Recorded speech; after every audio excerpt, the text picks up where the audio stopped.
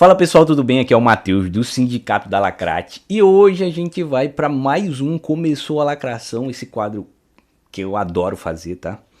Inclusive, no quadro de hoje a gente vai relacionar um personagem a uma prática que eu tenho visto e que tem sido comum no meio da cultura pop, que é o espantalho, né?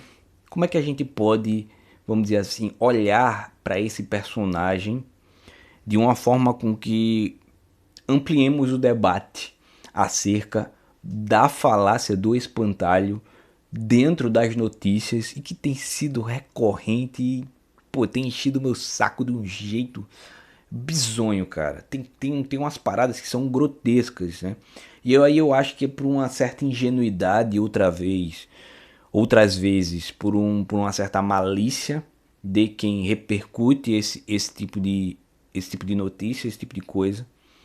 E que, pô, a gente pode dar um freio, né? E se perguntar, será, viado? Será que a gente tá indo pra um caminho legal? A gente replicando, a gente fomentando esse tipo de besteira? Mas antes, é claro, de entrar propriamente no vídeo, eu quero falar com vocês sobre a Cameware, tá? A Cameware é uma loja aí virtual, né, de estampas que você pode e que deve com certeza conhecer, tá? Lá você vai alinhar o seu guarda-roupa com o seu gosto pela cultura pop.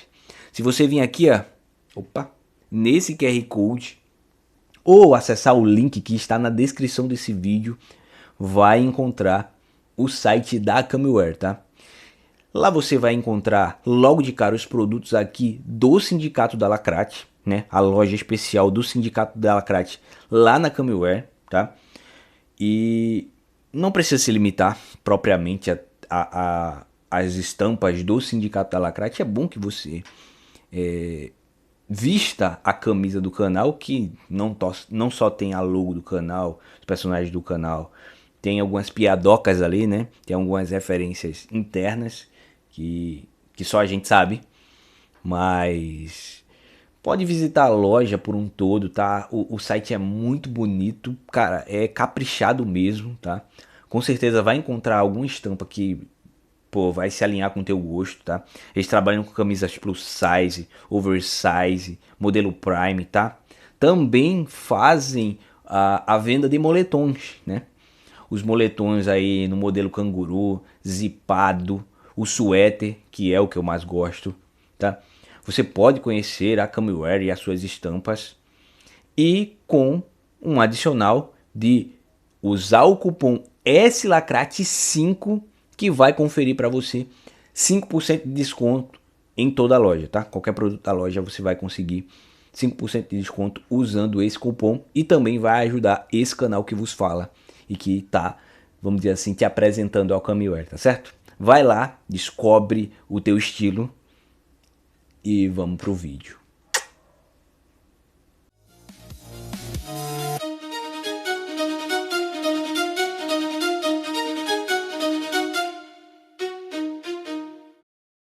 Ó, o espantalho, ele nasce como esse cientista, né, que tem uma obsessão ali por controlar, por dominar o medo.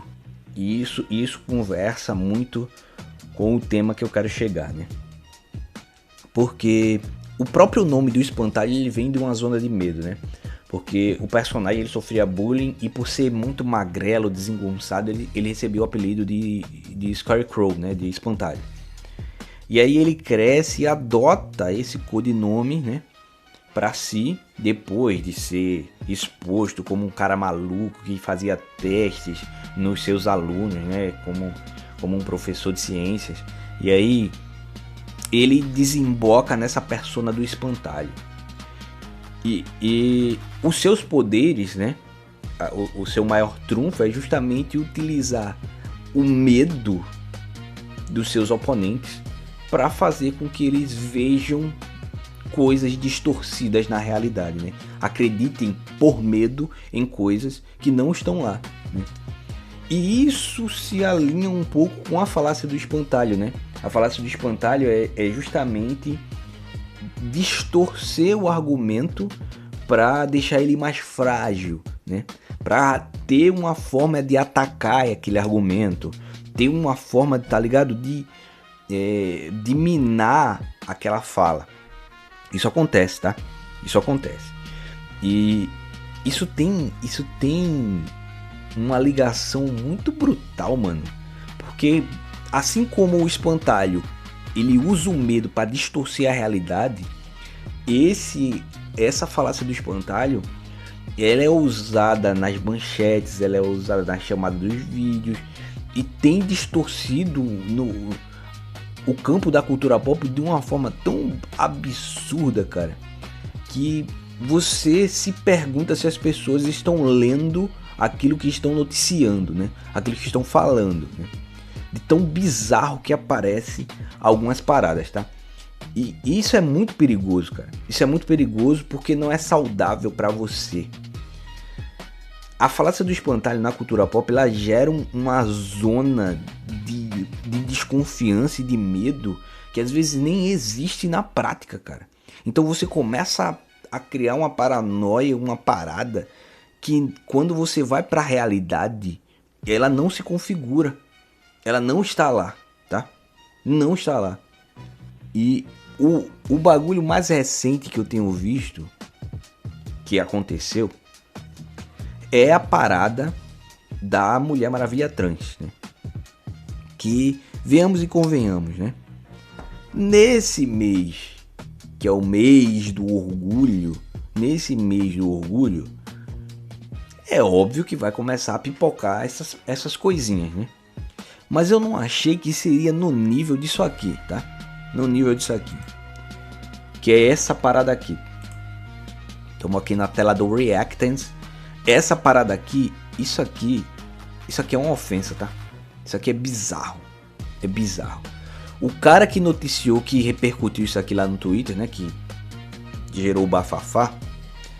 Ele erra, ele falha com a própria notícia. Essa chamada aqui que vocês estão vendo, né? Que a DC revela uma nova Mulher Maravilha trans, né? E ela é uma mulher perfeita, né?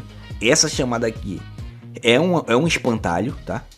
Isso aqui é bizarro, isso aqui é inimaginável. Porque essa fala aqui da chamada da matéria, ela vai completamente contra a própria matéria. O próprio corpo da matéria vai contra isso aí.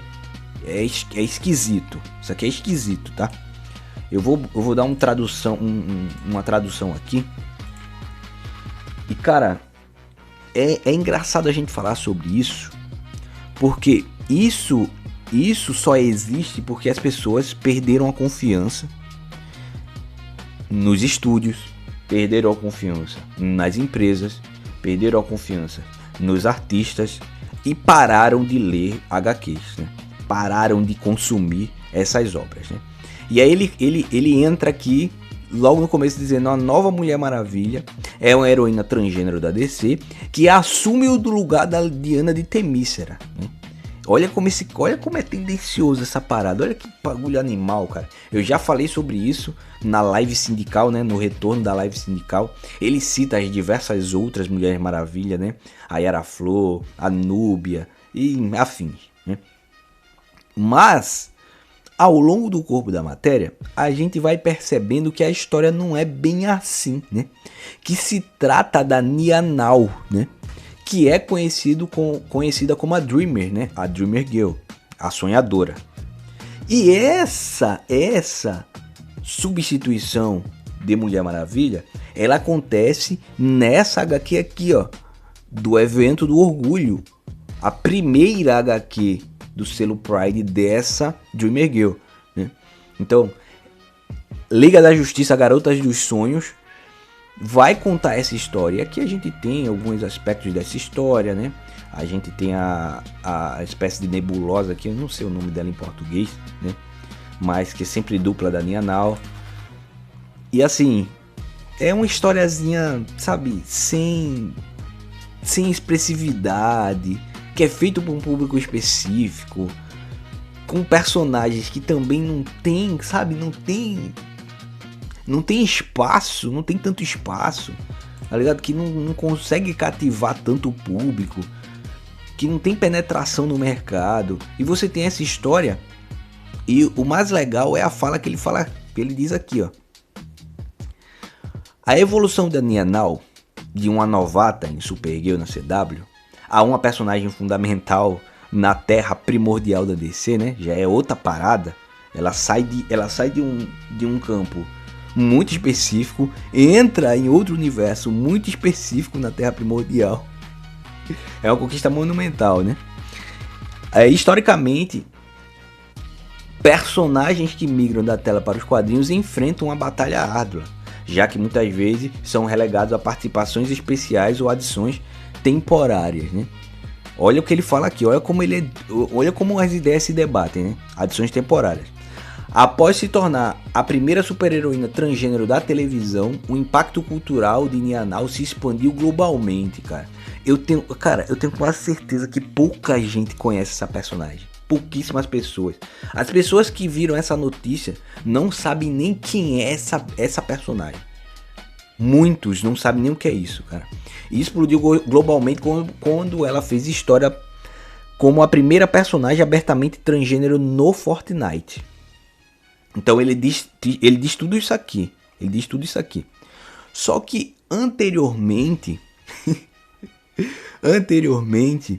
o que é que ele vai contar sobre essa história, né? Ele vai dizer o seguinte: nesta dimensão, né, que depois dos acontecimentos anteriores com Mal Sinestro, que levam ela para essa dimensão, que elas acordam, né? Ele diz: elas são Amazonas. Nessa dimensão elas são Amazonas, né? E Nianao substitui Diana de Temícera em seus primeiros dias, encontrando um Steve Trevor ferido e trilhando seu próprio caminho rumo à história da Mulher Maravilha, né?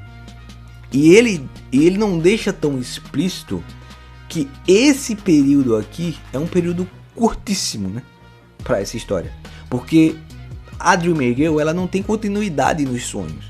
Então, essas coisas acontecem e desacontecem. É totalmente temporário. Inclusive, outros personagens também já foram substituídos, né? Outros personagens já foram substituídos, como por exemplo o Batman, o próprio Superman, que não teve essa repercussão toda, né? Eu acho que os caras nem sabem porque nunca viu essa história na vida e provavelmente nunca vão ver, nunca vão ler, nunca vão se interessar por isso aqui, né? Mas é para um público específico isso aqui, não é no universo principal. Então pra mim, deixa eu voltar pra tela principal aqui. Pra mim é muito bizarro isso, velho.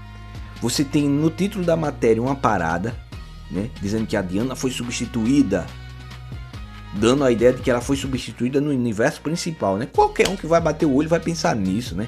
Não vamos ser bobo, porque isso é proposital. Qualquer um que bater o olho na matéria vai pensar nisso. No final da matéria, diz que a personagem tem projeção global, ninguém conhece essa boneca, tá ligado? Pouquíssima gente conhece essa boneca, tá ligado? Tem uma participação específica dentro do universo da CW, migra pra outra história, porra, meia bomba, faz parte sei lá, de umas historiazinhas, eu suou de meia bomba também, de outra dimensão, parada de viagem de LSD pra cacete.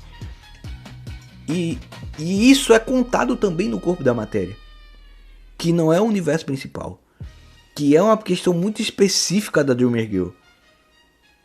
Então, eu não entendo, cara, qual a motivação de sair. A motivação, pra mim, é simplesmente criar uma torção na realidade, gerar uma comoção, criar uma atmosfera, vamos dizer assim, de medo, entre aspas, né? E usar esse medo, né? De todos os lados, tá? De todos os lados. Quem produz esse troço, quem divulga esse troço e quem se aproveita desse circo sabendo do conteúdo dessa parada. Isso pra mim é muito triste, né? Muito triste. Tá ligado? É um jornaleco panfletário pra sinalizar virtude pra esse pessoal, né? Mas assim, eu não entendo, cara, qual o alarmismo dessa parada. Porque é uma coisa tão específica para um público, num cenário específico, que é o mês do orgulho. São coisas tão específicas para esse público que eu sinto como se as pessoas estivessem reclamando que tem gay na parada gay. Porque é isso que eu vejo, cara. É esse o meu sentimento, cara. Ah, Matheus, você tá defendendo, você acha isso legal? Eu não tô falando isso, eu tô dizendo que é um produto destinado para esse público. O público vai ler, provavelmente não vai gostar, porque eu não gostaria de uma parada dessa, velho. Eu acho isso aí ridículo, né? Eu particularmente acho isso aí patético, completamente ridículo. Porque eu vou pegar uma história que já existe da Mulher Maravilha e vou simplesmente trocar a Mulher Maravilha por uma lésbica, por uma transgênero, tá ligado? É só isso que vai acontecer, tá ligado? E eu vou adicionar vários personagens coloridinhos lá no meio que vão detonar essa origem, vão destruir essa origem. Tá ligado? Então eu vou pegar uma história boa, uma origem legal, divertida, que me encantou, e eu vou adicionar elementos homossexuais lá dentro. Só. E vou destruir essa história. Eu vou destruir os elementos dessa história, adicionando pautas políticas, identitárias lá no meio, pra, sei lá, criar ramificações sem pé nem cabeça que não vão levar a lugar nenhum. Essa história vai ser isso, cara. E vai ser muito triste.